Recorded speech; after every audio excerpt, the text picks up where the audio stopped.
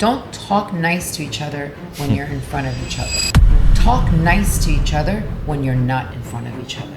If you want to gain, you go fuck shit up. I was like, fuck this shit, I'm getting the hell out of here. It's been some time. She's a very busy woman. She travels, she goes on TV. She's a multicultural, multilingual. She's polyandric, she's creative, she does business, she's in fashion. She has a lot going on, and we want to eventually explore as much as we can in 1 hour today. I'm blessed, and I'm really excited to hear Sandra's story. Welcome here. It's a pleasure. Thank you for having me, Matteo. It's a pleasure to be here. Sandra is, we share something in common because she lived in Italy and I'm Italian, so she speaks my language, but we'll do as much as we can in English, obviously, so everyone understands. I'm curious to know a lot of things about you, Sandra, but obviously the beginning, where you from? I was born in Tehran, Iran, a beautiful ancient country, just like Italy. And at the age of, unfortunately, at 7, I was ejected out of my country by the fears of, not just because my father was separated from us. His father was a diplomat and a congressman at the Capitol and one of the leading individuals in that parliament and with the king of Iran. And so it was at that point very provocative, as you know, when the regime was being overthrown and this new change came and the Islamic Republic literally took hostage of our culture and country in 1979. And being my father was ejected before for his safety, and we were with him, but we were stuck in Iran for a year and a half. Was it you, your mom, you have siblings? And my sister. Okay. And so that came, and I come from a rainbow background, I say, from Muslim, Baha'i, Catholic, and Jewish. And so I was raised in a very multi-dynamical culture and home, and very open to understanding different things because my parents, we traveled, my parents, his parents traveled, like we just came from a very unique background. And even in Iran, in our culture itself, we were very much in that shift of that Western thinking. And so it was really provocative, as I say, having that new ideology force-fed to our people, and me being such a child. How old were you when all of this was going on? When that went on, I was 5. Okay. I was 4.5, 5. You remember everything? I remember the day my granddad died. I remember the procession, the royalty of that procession, not because of his status, just the man that he was and what he stood for. And he was much of a liberal and open thinker. He spoke 7 languages, and he immigrated from Russia during the war as a young man. Your father's my father's father. And so he built his life from nothing. And because of that, he had this sense of community and being a leader in that community and wanting to empower people. And I remember that. He stood towered. I mean, he was 6'5". He was beautiful. What was his name? Abraham. And it's a powerful name, eh? Beautiful man. I mean, you know, I don't remember much. I remember the way he would pick us up and grab us, and just that presence he had when he walked in the room. And then I remember having Farrah Fawcett now in our home, and like all these pictures that I'm seeing, and I'm going, oh wow, I was kind of raised in this, you know, really unique world where I was introduced into power and also poverty.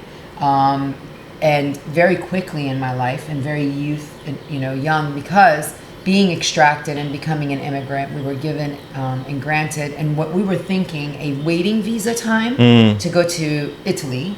And we went to Milano, and it was the winter, and it had snowed. I remember the blanket of snow when I looked out of that window, and we were living with other immigrants that were Iranian.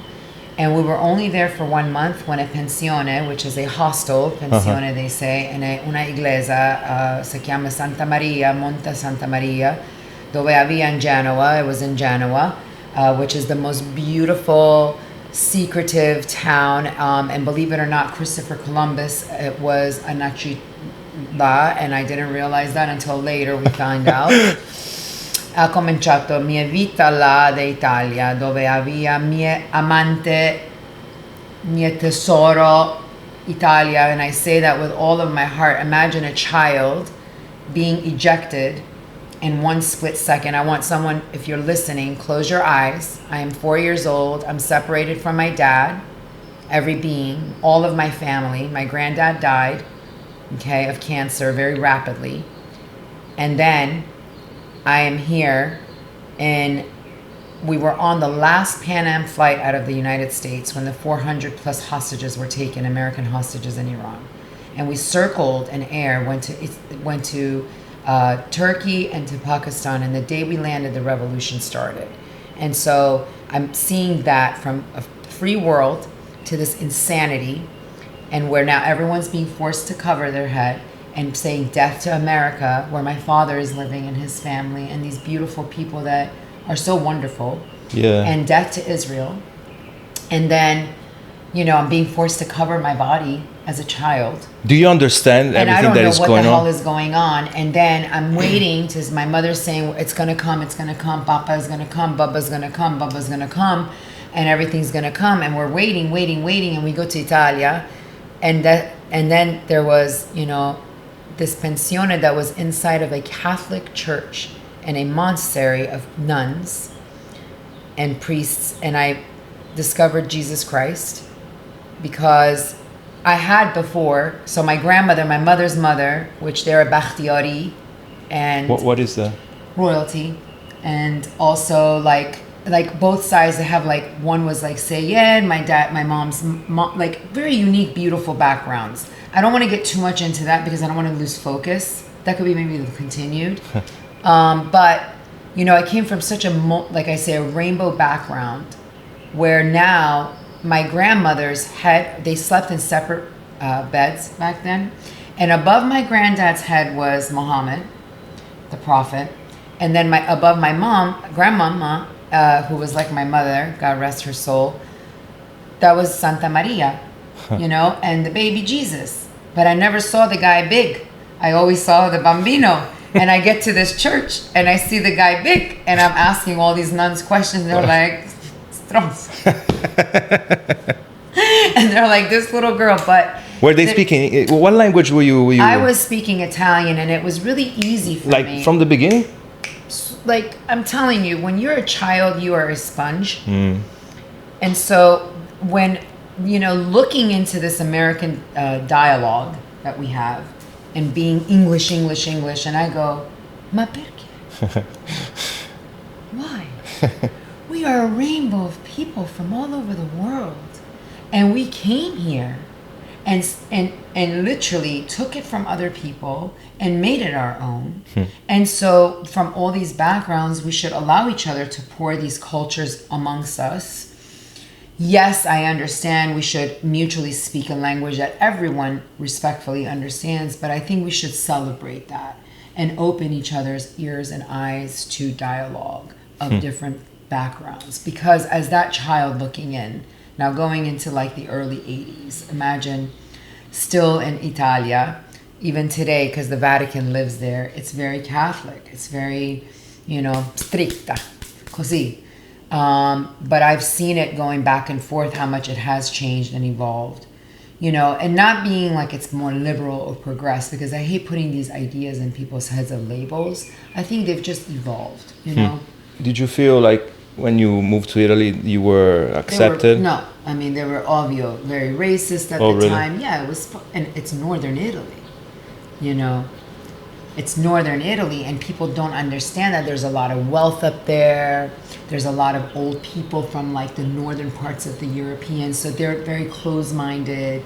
It's also very much Italian. And Italians, if you look at them historically, they've had to fight too to be where they are. When you understand, there's sympathy and then there's empathy.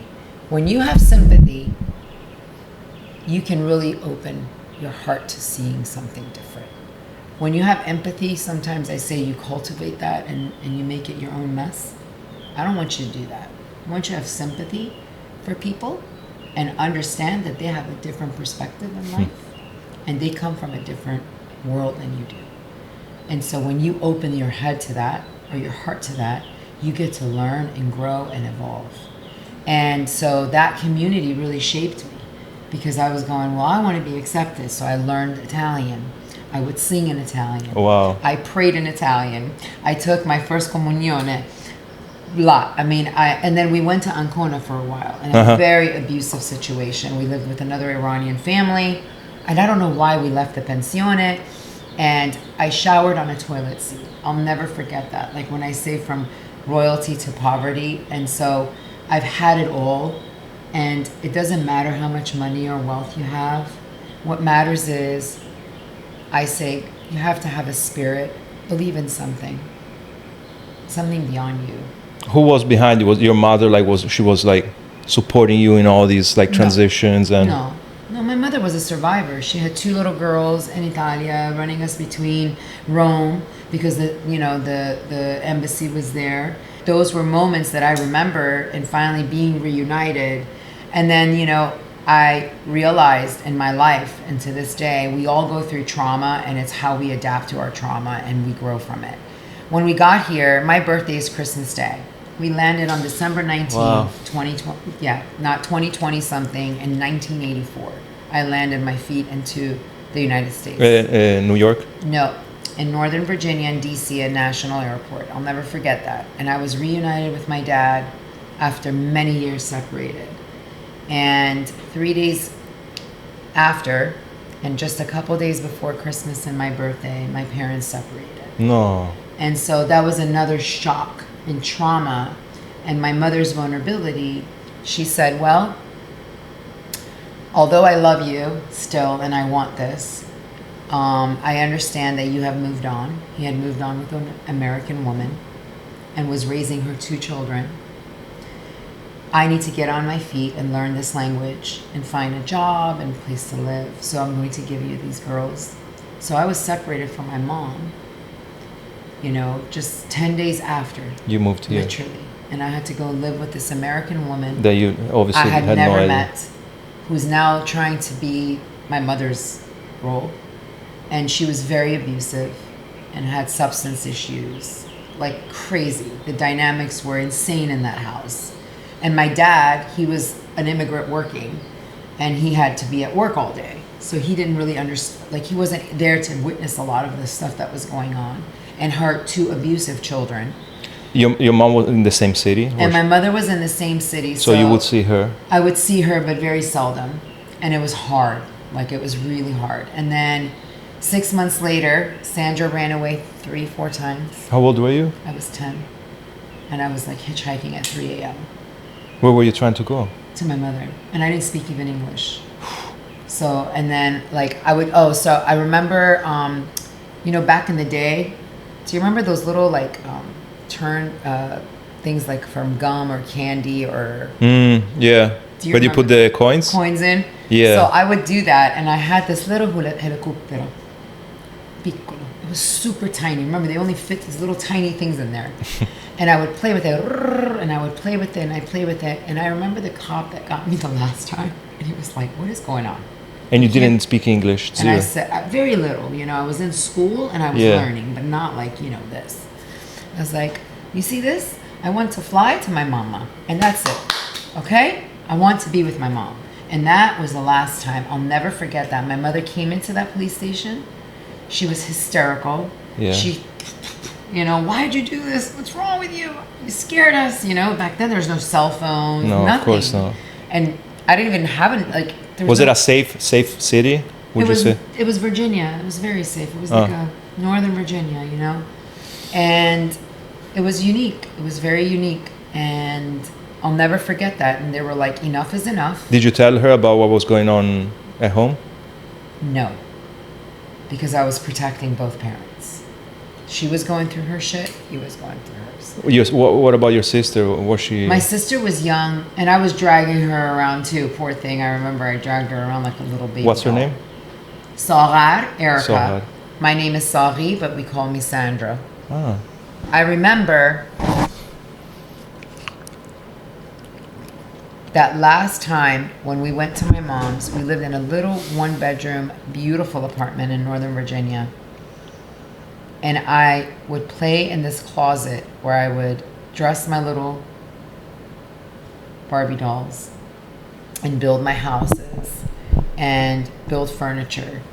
And I just knew that was my calling. I was like, I'm going to be creative. I'm going to become a stylist, because I would draw and I would draw things. Yeah. And I knew like I was good at drawing, and I would draw these ball gowns and like all sorts of cool things. Where did you see on TV? Like you were watching TV and you go? I mean, I would perform at 3 a.m. 3 years old. They have me like singing, dancing in front of TV, like, you know, and I would learn songs that'd be like, oh, you know, and I would sit, like we had a terrace like this, and I would go outside, and there was this hot young man that was out there, and he would come out wet, going, what the hell is this child doing? I'll never forget. He was so cute. Where was this? In Iran. And even in Italy. I did the same. The nuns, oh my God. And I was the same, you know, and I was always trying to be in that world of expressiveness, and I had a lot to say. I was born 10 days in life, they found out that I was deformed. They had to break all the bones in my body from my hip down. So I lived in an apparatus. And that's what I'm saying. I have fought for coming to this world. My mother was in labor forever. I was born on Christmas Day in the middle of a snowstorm in Iran, a place where never it snowed like that. And it was historical. My mother had like major complications during her pregnancy. And, you know, it's funny, not to divert away from this story, but just this week I did this 3-hour meditation or a breathing work. And for the 5th millionth time, I've heard like in these sessions that I have blockage. Something energetic of some sort.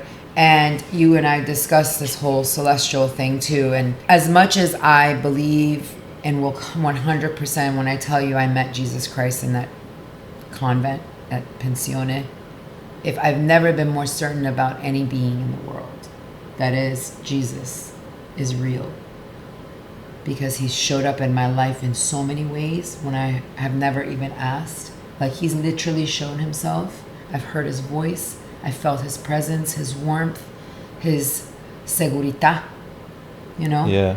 And yet I have felt the demons that exist in our world and how quickly we fall for them. And how quickly we fall because it tastes good or feels good, it sounds right, but really it's evil. I know we have the power in our own self to create our reality, because even the God I love gives me a choice. What is it that you want? So this whole blockage, I find it providential, because we are carrying a cross all of our life. And just like him who fell and was slashed and didn't believe, we have a womb, women. And this is directed to women because I'm a woman. That we can, just like Mary, nurture and lift up the world, because we were given that luxury and blessing to carry these men and become their mothers. And so I've always looked into Mary and to him and saying, whatever is my blockage, there's no blockage in watching my own child suffer the way she did and carried her grace through it. And how so I can bring my grace into this and find grace into these things. Like I told the lady, I'm like, I find the blockage in my womb because I'm constantly fighting being a woman in my life. Not in the world, just in my own life. And not because I don't want it. I love being a woman. But it's hard to be a woman. It's not easy to be a woman. And at the same time, it's a luxury to be a woman. You know? And so I moved into that very quickly in my life by the woman that stood in front of me. And that woman who shaped me, and where I got to live in Northern Virginia till I was in college. We moved south of Virginia. She moved us to Fredericksburg. So you moved back with your mom? I did that 6 months, and it was great. And I still got to see my dad. They co-parented. Your sister moved with you? All of us, okay. Yeah, we were fine. And then my mother bought a house, and then she got a car. You know, she grew. She had a salon, and she's an artist too, and a businesswoman. I mean, it sounds like your mom. She has cojones. Just cojones. She has force. Like, she's amazing. She's inspiring. She inspired me to live the truth and the American truth and, like, be honest in this country. File your taxes. Don't do anything wrong. Being here is a privilege. And it truly is, because, you know, not, again, losing direction and wanting to walk everyone into this history. I am so blessed that my mother ejected us, or father, to be here. Because if I stayed in that hell in Iran, or even in Italy, as I see my beautiful friends that are still stuck because unfortunately they didn't have the oportunidad that we have here in so many ways, being your own business person, creating these sort of things, whether you're making money or not, but you are still allowed to be your own person. Mm-hmm. These are things that I take never for granted as an American. And as an American immigrant, first and foremost. In regards to immigration, something that I worked with the family constellation and healing work, when someone leaves their country, there's always like a separation wound that happens 1000%. Internally. Obviously you, but I'm more interested about your mom. Has she always kept a connection with the culture? How does she look at her own country? Has she ever gone back? Well, we left our entire family. So 85% of my family still exists in Iran. Her sisters, their siblings, their children. And so we were back and forth until 26 years ago. So let's go to the timeline. I was born in 1974, Christmas Day, which is the end of 74, right? I was 79 to Iran until 1981, 81 to 84 in Italy. Italy to America, 84. And we came until 1991 I go to Iran for the first time. And I visit my grandfather and all of them. My grandmother had died. It was very, very, very painful. Very painful. There's no basic human rights in Iran. So it was very painful. There was a lot of pain. You could see it. But it was beautiful. It was like I connected to the womb. My mom did kept you remember our culture. like when you came back, everything just and it's very emotional. And even now with this crisis going on, the diaspora, the nuance, we all share the same trauma and the same connection, you know. And the same it is, and I say to people, the Holocaust, they share in Jews the same suffering and pain. And you have to respect and let it be. You can't go, I'm going to look at your trauma and say it's my business to how I'm going to treat you. I say you should have sympathy. I don't want my trauma to be yours. Mm-hmm. That's empathy. I want you to have sympathy onto other people's traumas and or celebrations and their wins. Have sympathy in those wins. You know, I tell amongst my community, and I do a lot of public speaking and engagements with women, and I say, don't talk nice to each other when you're in front of each other. Talk nice to each other when you're not in front of each other. Speak high volume of each other when you're in rooms that each other don't exist. That is when the magic happens. That is when the true essence of humanity and connections, evolvement, community exists. Is when Mateo is not in my existence and I'm in another room, in another country or in another city or in another place, and I go, you know this guy Mateo? He's amazing. He's got these talents. You have to meet him. Or you meet someone that you know and you speak highly of each other. Mm-hmm. That's your, you know. That's how we evolve as a community. That's how you grow. It's like when you build muscle in a gym. If you go and do the same thing all day, you're not going to get the same gain. You might sustain the same muscle, but you're not going to gain. If you want to gain, you go fuck shit up. You do things that are different. You might do things that are painful, that you've never done before, and you might not like it. But let me tell you, once you do it, then it feels good. You're like, oh my gosh, that pain was actually, Lord, I got something different going on. It really is. Physio, medio, because that's what I'm really into, metaphysio, quantum physics. That's always been my vibe. And living in Virginia, I didn't understand that because I ran away from it. I was just constantly trying to leave. And that's how I ended up in New York. So after... Would you say you were like a rebel teenager? I was a rebel since childhood. Were you good at school, like a good student? I was a great student. I would go and smoke pot and like drink and then be like, I'd get an A, you know? And I was my father's daughter. Like my mother would be like, damn, I would study all day. I would sleep nothing. And I would be shaking in my panties. And I would be like getting a B. But your dad, he'd be out partying, drinking, hanging out with the boys, smoking, drinking, like all the things. So you were like hanging out with the bad boys and all the time because I played soccer and I also danced ballet, but I played soccer and I used to hang out with boys. I always loved boys. Boys were like less drama. They always had like each other's backs. They were always in a group, and you know, I missed my cousins in Iran. They were all boys, and they used to beat me up, and I would dress them up too. It was so funny. One of them, we knew he was gay, so we would put makeup on him and everything. He was a little boy, poor thing. I love you.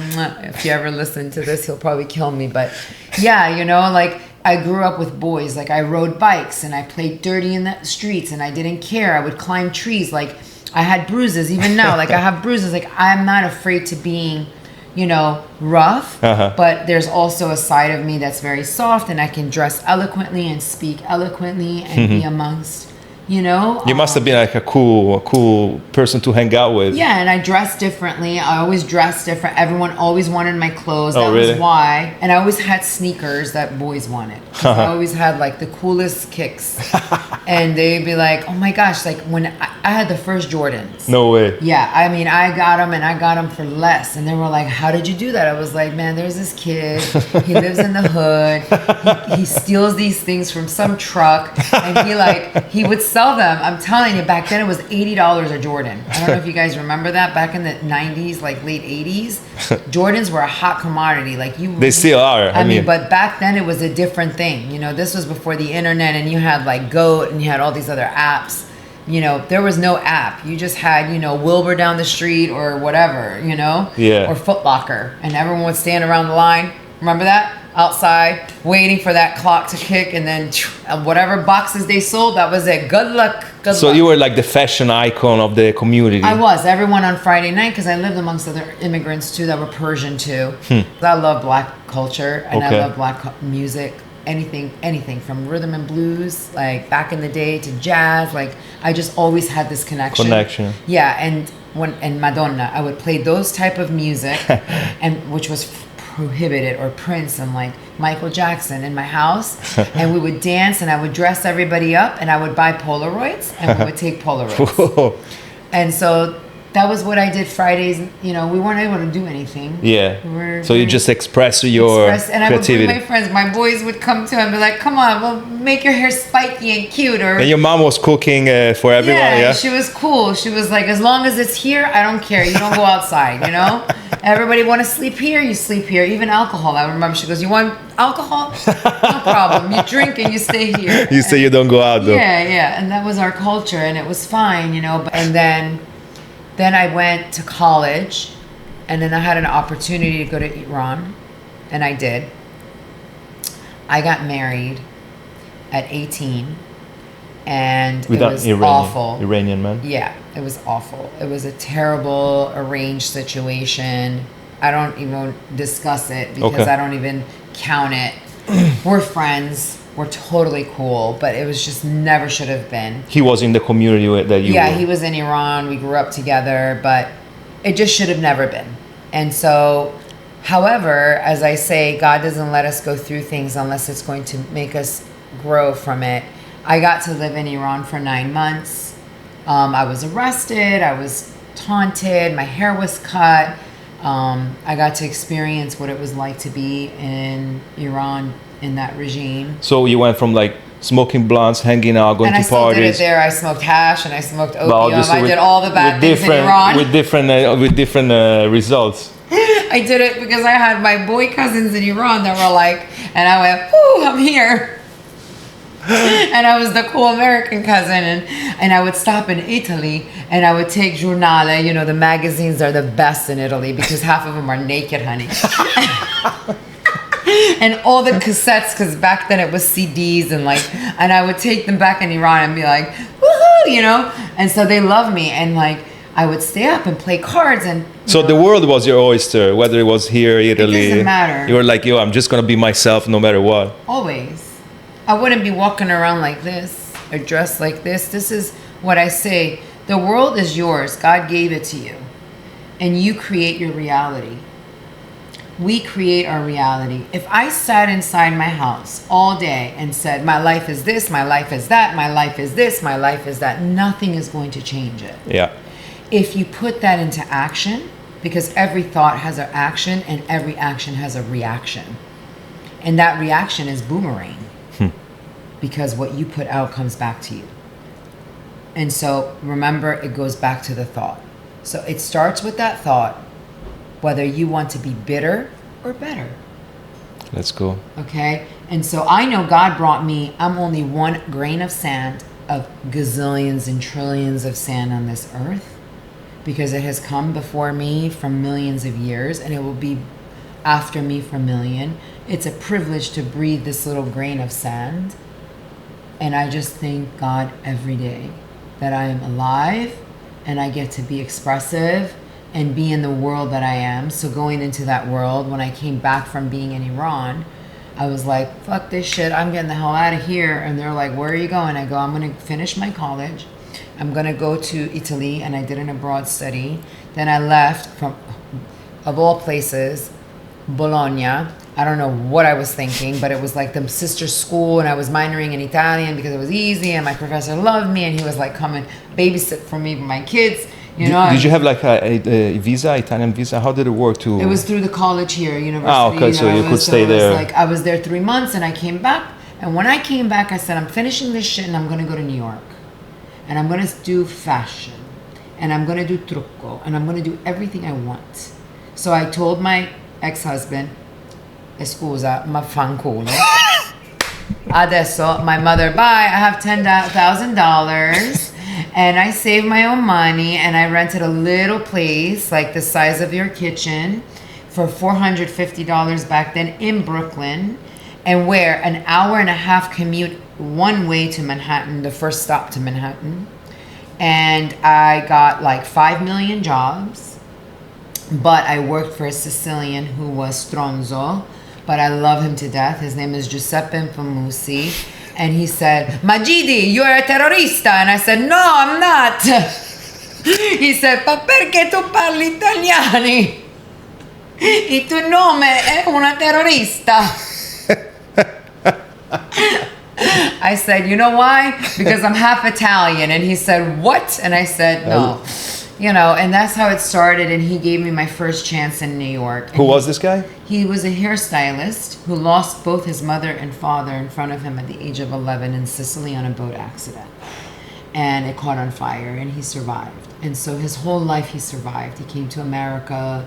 He became a hairstylist. And he used to sit and smoke all the way to the ash like this. And it would not come, and I'd be like this. I'd be like, oh my God, it's going to fall, it's going to fall, it's going to fall. But he would take those ashes and take the color out of the skin. He was brilliant. And all the women in Manhattan would line up to do highlights, balayage with his name. Where was the shop? It was in Manhattan, in the Midtown, in Grand Central Station. Mm-hmm. So all those UN business people, you know, they were there. Was he like skilled in his He was amazing. craft? He was very talented. But he was a businessman, you know. He was and he was bringing a product he was distributing called Alpha Parf. Okay. And he gave me my first opportunity to express myself and become an educator and travel with him. And then I remember walking on 42nd and crossing the east part of the city to the west and going through the fashion district and then seeing Bryant Park Fashion Week going on and New York Fashion Week, just that bespoke moment that I was like, this is what I want to do. Because I had always, wherever I lived, because I lived, poor. I didn't live the things surrounded by none of that luxury. That did not exist after a while. Maybe as a child, very, very young, piccolino. But after becoming a refugee and going through that, like that did not exist in my life. So I would have magazines all over my bedroom, wherever I was sleeping, to make myself feel like expressive. It was my space. I always had giornale. I loved fashion magazines, and I used to, smelling them was like pure pleasure for me. To the models, and I remember like the Calvin Kleins, the Guess. You remember Guess? Yeah. It was so hot. Jordache. Like these models that I watched: Cindy Crawford, Claudia Schiffer, Naomi Campbell. That was my era, And then you had the music, and then I was obsessed. New York was the epicenter and it was the epicenter. It was the Mecca. So walking into that, going, this is my childhood coming to life, and these people are in front of me. I want to be around them. So I found a way. And the first person that ever gave me my first fashion opportunity, I'll never forget, was Betsy Johnson, and very expressive designer. And they hired me as a makeup artist. Did you have like a resume, a good resume? No, nothing. You were just nothing. I just hungry knocking doors. Oh, you were just going door to door. Say, hey, this is me. You Makeup got something. Company. I'm a makeup artist. Hairstylist. I'm a hairstylist. Qualquiera che tu vuole che fa io voglio fare. Fatto e fatto buonissimo. And it's true. I have, at 51, accepted that I am talented, that I have a gift, because I could just get up and you could give me whatever as a person of creativity. It doesn't have to be looks. You can give me sheen to, vintage, to whatever, and I put it together and make it my own. And it's called the Sandra effect. And that has been because of survival and being adapting to what I'm able to adapt to. And that is fashion. Fashion is a form of expression. It's not style. It's not fad. It's not moda. To me, all of that configures into expressiveness and wanting to, like artists, we are empath, we're sensitive, we're intuitive, we are creative because of that. We are able to intune ourselves physio way and really, really be able to create. And so that for me came from adaptability, and also all the influences that you've had. That I've had. Your travels, places you live, everything like you express in your art. Yeah. Like when I go to Italy, when I'm there, I dress differently because I can. I'm allowed. They don't look at me here and they go, where are you going? And I go, I'm going to the grocery store. And they go, like this? And I go, yeah, why not? What's the problem? Where in Italy, they don't care. Italy, actually, women are so well put together, simple, and that's what I learned from those beautiful women. They didn't need the glitz, the glamour, like Gucci is not como un, whatever. Here, it's like Gucci. No, Gucci, it's normal. And if you have the money, you buy it, but it's attainable, How were people dressing up in Iran? I mean, you were young, but we were. If you look at Iran, even now with all this hijab and all this, we're one of the most progressive in fashion, very forward thinking. So that has always been with me in our culture because of that, and then obviously having the influence of these beautiful Italians that I was around that just, they magnify your lenses, and then going to New York, obviously that really shaped me in understanding the side of fashion that no one really gets till you're there and you're immersed in it. And then, I started branding myself before branding became a thing. So 2005, I found a company called Do Love. Okay. Do like Deux, and in French is is two. And back then, I didn't even, like, looking back, I'm like, damn, I've grown so much. I truly knew that wellness inside was more important than the external side. And that was why I say I called it Do Love, because there's a duality. And yet, back then for me, I had a duality where I did trucco, capelli, I'm a hairstylist, and a fashion stylist. So that was where it came from. But really, really, the duality is I come from two different worlds. I come from Iran, and I live in America. And I come from a world of very humble family and normal life. I'm not trying to pretend to be something I'm not.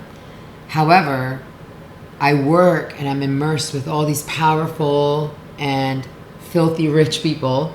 And, you know, and Do Love didn't really come of anything. I ended up meeting the love of my life at the time, a Puerto Rican, beautiful Afro-Puerto Rican man, and very fast and furiously. He was a barber, and he was best friends with my sister. And he was the barber to my sister's husband at the time. So your sister moved to New York? No, my sister, everybody was in Virginia. They stayed in Virginia. Okay. I was the only one who moved away. And then I discovered this gorgeous island called Puerto Rico and fell madly in love with it. And traveled very young, from 17, back and forth. And then my sister ended up marrying a Puerto Rican and having a family with him.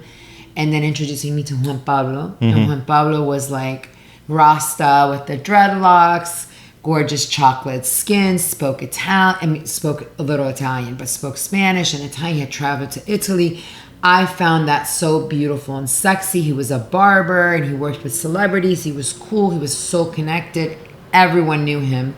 And within 9 months, we were married and had a baby and moved to Miami. Because at that time, I was very successful. And I was in a very toxic environment. And people don't realize, like, music and glitz and glam, it's got a lot of toxicity in it. And so I was doing drugs and I wasn't living my truth. And I had gotten into the rabbit hole of just bad shit. And I met this man who was very much against it, and he wanted to have a family with me. So he was like, listen, if we want to do this, we have to get you clean and you got to live a better life. So I had built a house in Virginia. Okay. Well, it was built already, and I bought it in my mother's neighborhood, hoping we can go there and settle there and have a family. It was really hard for him and myself. We're worldly to live in a little isolated area of Virginia. Now that we're parents, because LA didn't work out, our parents are on this side. We came here for vacation to see his dad, and we never ever imagined. You never I came to Miami. Thought about Miami as ever. I came here to do cocaine and have fun and party, or do fashion swim week and leave, or do music videos. Like, that's what I remember doing in Miami. No one ever thought of Miami in 2010 as it being a home building environment. And now we look at it, 16 years later, wow, we're the epicenter of wellness and tech and all these beautiful things. So, yeah, that was the beginning of my life, that I say it truly shaped me, and I became into my truth as a mother now to this beautiful girl. So how was the experience? Very painful. He had me in court for 15 years of her 16 years of life. I lost $3 million. I started over again. I remarried a beautiful, wonderful man who also came from a family of immigrants, but he's also Italian-American like you. He's Sicilian. And for now 8 years, and we are just, still fighting to be married, because it's not easy. Marriage is not easy. It's work, constant work, especially in this day and age, where people think everything is greener on the other side, or is that a swipe, Yeah. And having that wholesome value and virtue in our home is so beautiful. And so I say Miami really shaped me, because I went through some really hard times here. I was a single mom. I was fighting my ex that I fell in love with and had this family with, and wanted all these things that I dreamt of since I was a child. I did really, really, really, truly rediscover my love for Jesus Christ, because, like I said, I faced some really, really dark days, and where I built community. And as a mother, as an entrepreneur, and I fought harder than ever to survive in my life. And Miami was the place. I'm telling you, I've never fought harder to stay alive anywhere in my life, any place I've ever lived, than Miami. And all of it has been crazy, ugly, beautiful.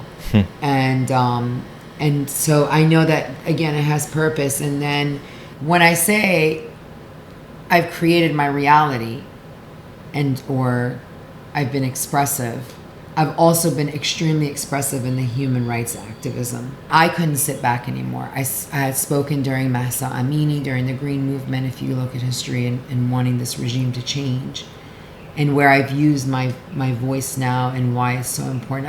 I worked with Bethany Frankel during Hurricane Maria to bring aid and food and 40 million pounds of aid to Puerto Rico and USVI.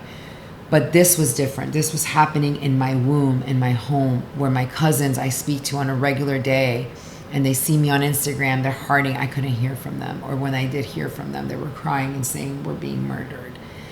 And I said, enough is enough. And I've been canceled. I've had contracts cut up because of it. I've lost work. I've struggling. Everyone knows I've been struggling financially the last 4 months because of my boisterous take on this matter, because it's a human rights matter. And people have taken the hatred that they have with Trump, unfortunately, in Israel, and they don't want to see the truth of there's a human genocide going on in Iran from its own government that is doing on its own people. And we in the diaspora, that equilibrium of trauma and understanding and knowledge and facts, we're trying to pour this fact. And so if you ever look at any crisis in life, whether it's your own crisis internally or externally that you're a part of or you don't want to be part of, find community. It's the most beautiful thing that happens, and that's the magic. And if you don't have it, you create it. You have the power to. You have the power to. It's your will. I want to ask you something. I'm curious about, so you mentioned that you've been through like dark moments. And what I'm curious to know about is like what got you out of that, because obviously like this is the hero's journey, so during the hero's journey there's always moments where the hero goes down like a rabbit hole, falls down into like this dark hole, and then eventually finds the force and the will to get out of it. What was your motivation, or what got you moving forward and like reinvent yourself many times? Before becoming a mom was different than becoming a mother. I always think like, if something happens to me, what is my daughter going to think of? Because I've lost my shit in front of her. I lost myself in front of her, and I let her see that. But I've also let her see me pick myself up, right? So the first thing I want to be is a good example for her. That's the first thought. She's the first person that I first think of. Secondly, and the most important, and I keep saying it, God. He's the first thing that comes. I read the Bible as much as I read books. I read and write. I journal my intentions. Like if I'm even in a dark place, I write. I do. Whatever that thought is. Mm-hmm. And when I'm writing, I say, God, help me. Get me out of this thought. Please help me find the light. Okay? Or I ride my bike every day to the gym. And that's my moment where I talk to God, or I listen to something. Mainly I don't. I want to listen to the birds, to the environment. I want to be in nature. I want to immerse myself and be part of this beautiful world that I've been privileged to be part of. I mean, like, really think about it. The Passion of Christ, okay? I keep going to those images. My life, this hardship ain't nothing, man. Can you imagine what that went through? Like the beating, the slant, like the spitting on his face, in his eyes. Like when you watch that movie or you read the Bible and that part of this beautiful story, it's a love story. I want you guys to see the way I saw it. It was a love story. I fell in love with this man whom has continuously shaped me. He wants me to be better. He wants you to be better. It's that darkness, that force that is so demonic, that forces you to be bitter. And that is where I go, you ain't got me, honey. I might be dark and down, but you're not going to win. God is victorious. He wins in victory, because whatever they did to Jesus, no matter what they did, if you look in history, okay, let's just look at today. There are more Christians than there are anything.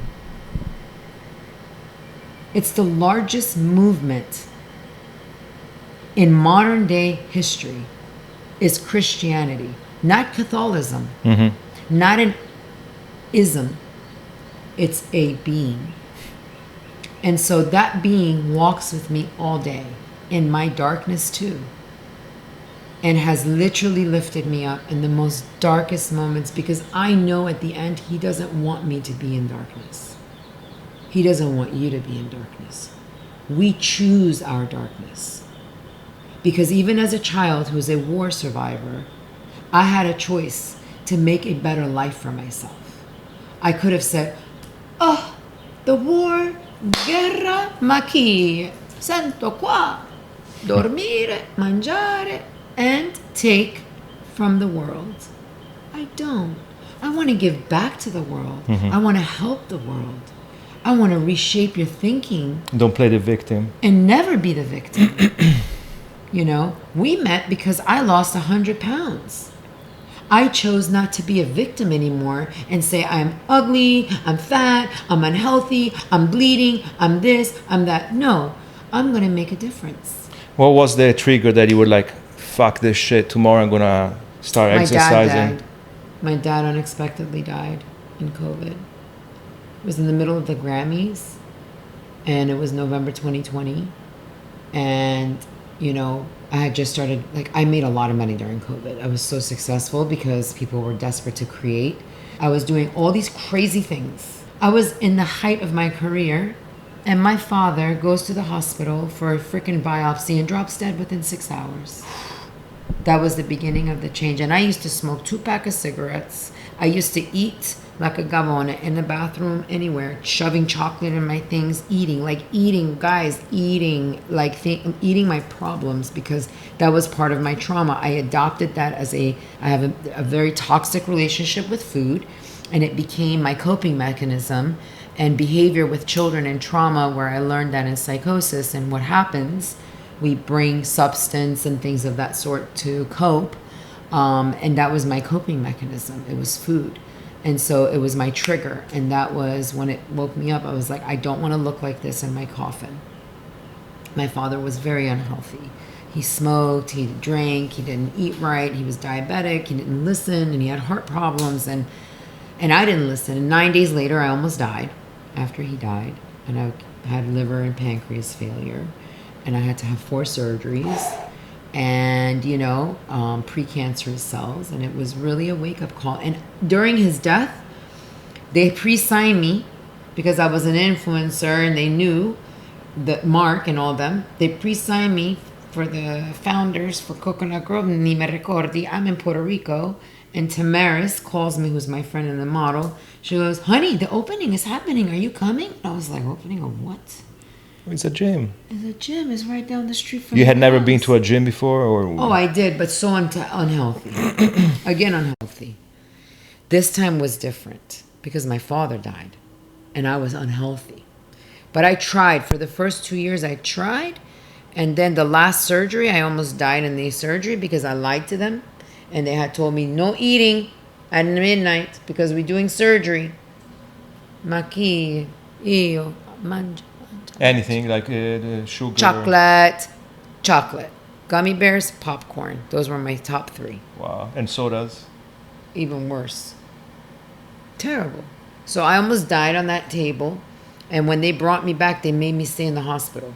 And I had to do the Yankees game here in Miami. And I was screaming, I was like, no, the star, you can't. And I said, what? I checked myself out of the hospital. Bye. I went to the ballpark. I did the job, and I collapsed, and I went back to the hospital. And that's when the doctors all came in, like 15 people. And they said, this is the last time we're going to stand here, or you're going to be in your coffin. We're sick and tired of telling you. You don't listen. So, you know, what is the situation? And I came home, and I never forget. I actually came to the gym. And I was hysterical. I said, okay, I'm buying a 20 package. 20 package. One of my clients helped me buy it too, I remember. And she was like, because she knew it. She was like, I know you can't afford all this, but we're going to get you. And I called my nutritionist. And then I got on my insulin. I started to eat right. I started to come every day and strength train, not just cardio. Was that hard to adopt the routine? What was the hardest thing to give up? Cigarettes? Cigarettes. But I did cold turkey. I've been clean 5 years. And I hate them. I hate the smell of them. Yeah. I can't stand them. When I go to Italy, I'm yelling at all the Italians. What are you doing? Smoke grass. Don't smoke this. And they're like, no, because I do still smoke grass and I believe in grass. And I think it is the healthiest thing that ever God created because there's medicinal factors. My A1C is perfect. My doctors are shocked that I literally, as a medical diagnosis, I will always be a diabetic type 2. But on paper, I'm showing like there's no signs of diabetes. So what's the secret? Just a healthy... Insulin is key. The insulin that I use, which is phenomenal. It's like the Bentley of insulins that they say that I'm on. And 2, discipline, like I do with meditation. I work out every day. I meditate, even if it's for 3 minutes. I shut it down and I let it be. And I allow the other thoughts to come and not the thoughts that we race all day. And I write. I try to write every day. I read every single day. And and I sleep. I'm in bed by 8. I don't play around. You get your 8 hours? I get hours. my 9 hours. I am up at 5. My husband's in the golf world, so I wake up at 5 a.m. And, like I said, I still eat sugar if I want sugar once or twice a week. I have my ice cream. Però no tutti I giorni and all Vino, day. you drink wine? Like the other week, 2 weeks ago, I went to that new place, Vinotech, and I had a lot of alcohol, 2-3 glasses, and it was wonderful. I got drunk. I didn't care, but it was one night. Not every day. Guys, I was doing this every day. Hey, I had 3 beautiful hotels in Miami Beach when COVID happened.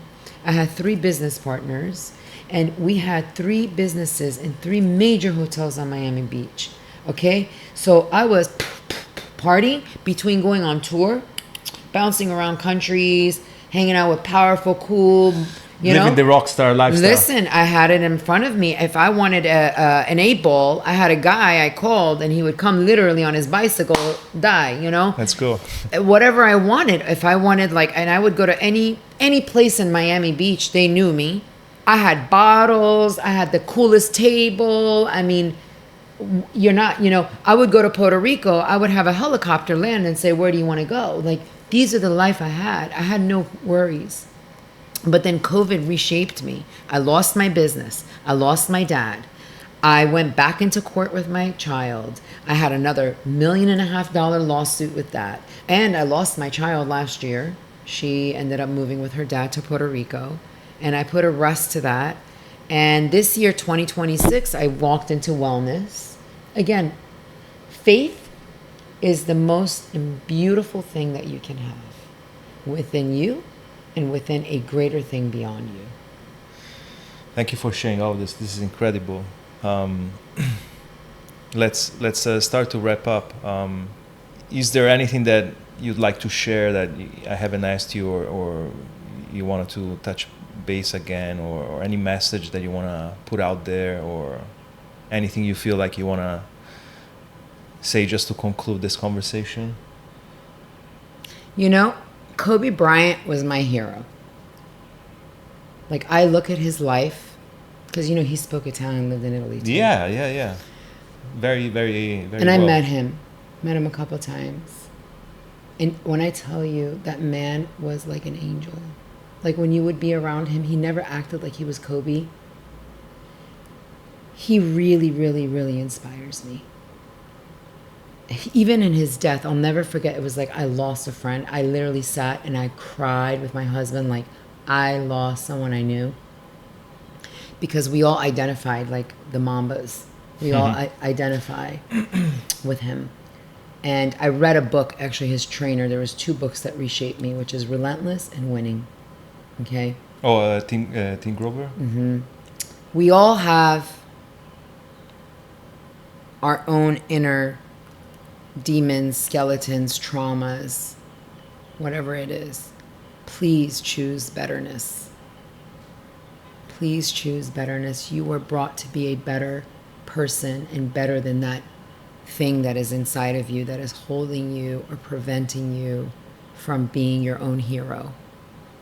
You don't need another hero to inspire you like Kobe did with me. You know, and that's what he shaped. Like I said, why I look at Kobe, because at the end of the day, that man died being Kobe Bryant.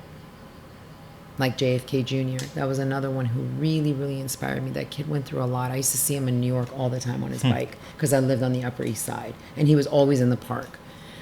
And I just look at these people and go, you know, or Diana, Princess Diana. They're not heroes. They're not. They died. We're all going to die. You can be your own hero. And now how that means and what does that mean is choosing betterness and not staying in that bitterness. And that's what those people did, and that's why we call them heroes. They chose to be better people despite of their adversaries, right? And their trials. There's triumph in everything. That's the slogan of my project is be your own hero. So I think you Wow, okay. You circled the I didn't even know that. Brilliantly, yeah. Okay. Be your own hero, exactly. So that's incredible. Sandra, if people wanna like find you, connect with you, see what you're going on right now, what's going on with your life, like how can they do that? I'm on all I mean, even LinkedIn. Like I am so outspoken, but Instagram has always been since 2011. Whenever it came out, I had it. So Instagram, Facebook, Twitter, or X, TikTok. I'm very boisterous and extremely easily connected. Like I might have thousands of followers, but I talk to everyone. So I'm really easily reachable, and I will communicate with you. I'm not like this thing that sits on a mountain and says, you're not. No, I would never. Not. So if you want to ever engage and have any sort of dialogue or conversation, by all means, come find me and talk. Guys, thanks for watching. Thank you, Thank you. Sandra, for your beautiful story. Please try again. Oh, that's your phone. And well, if you guys want to share what you think about this interview, feel free to write in the comments. And again, thank you, Sandra. It was a beautiful journey. Grazie a te. Ciao, ciao.